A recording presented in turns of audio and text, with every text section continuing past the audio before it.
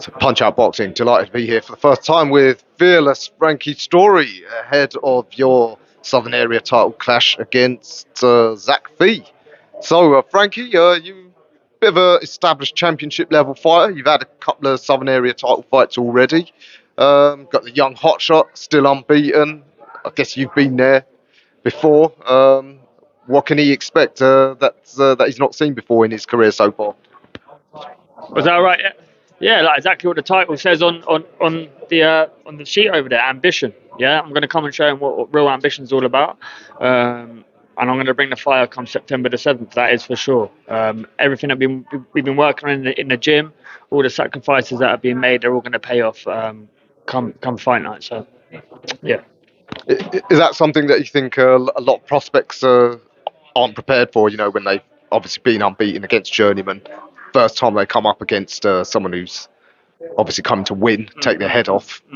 Bit of a shock to the system. You think that will tell? Absolutely, absolutely. I do believe that I'm gonna force the fight on Zach, and I know he's gonna be trying to bring the fire back to me as well. But I'm an established man. Like, do you know what I mean? I'm not a young lad with ambition. I've been there, I've done it.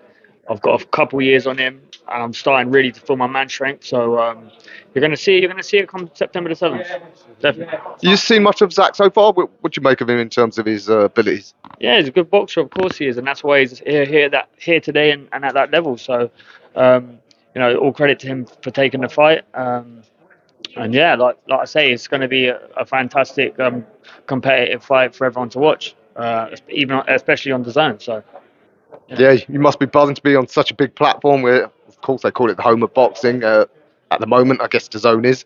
Yeah, you mentioned there you've been training hard for this. You based up in Luton. yeah, I'm from Luton originally. That's my hometown, Luton. But I train out of Pug Gym, which is in Elstree and Borehamwood, around there, and Finchley. So I travel back and forth from Luton to London most days of the week. And what an absolute amazing gym! I've been around Dubois. He's obviously boxed at such a big level, and other great fighters training alongside Bataisi Gallagher, and we're managed by Tony Pill, who's done an excellent job in my career so far. So absolutely, I'm blessed to be in this position for sure. Like, I've dreamed about boxing on shows like this since a really young age. And to be honest, where I'm from in Luton, like this, we're against the odds. You know what I mean? This shouldn't be happening right now for me, realistically. We're designed to lose. We're from Luton, so yeah. I want to show people that greatness can be built from cancer estates. That's what I want to go and show. So yeah. Tell you what, you're right. I mean, small towns, the fighters from there, you do struggle to get those opportunities. But Luton's, in a way, is banging for boxing talent. Yourself, obviously Linus. He's again probably being overlooked a bit for the British middleweight title fight, but he's got a fight coming up. There's my mate Jahid Munim. I don't know if you know him. He's obviously getting his career going. Ticey, as you said. Luton, yeah, it's got a bit of a hotbed for boxing talent, and of course Jordan Reynolds was a great talent. Decided to pack it in, but produced talent over there. Absolutely. You got to look after yourself out there, and Luton's not one of them places where it's all sunshine and daisies. It's a little bit of a rough town. So I've grown up there my whole life, and I've absolutely, I wouldn't change it for the world. It's created me into the fighter that I am today, and yeah, I've had to hustle hard to get to this position for sure. Not just through boxing, but in life.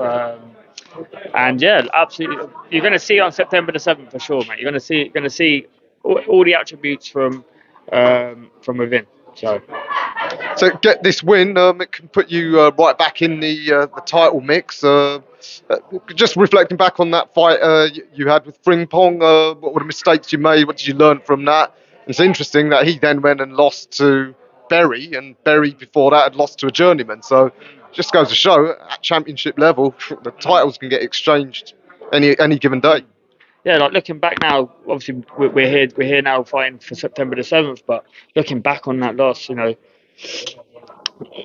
was I ambitious at the time? I'm not too sure. Do you know what I mean? I had a lot of things going on. My daughter was going to be born a couple of weeks after, and that's no excuse. But yeah, like I feel like my ambition and my drive and my fire in my gut to win the belt back, especially for this fight, it's 10 times more than what it was for the Frimpong fight.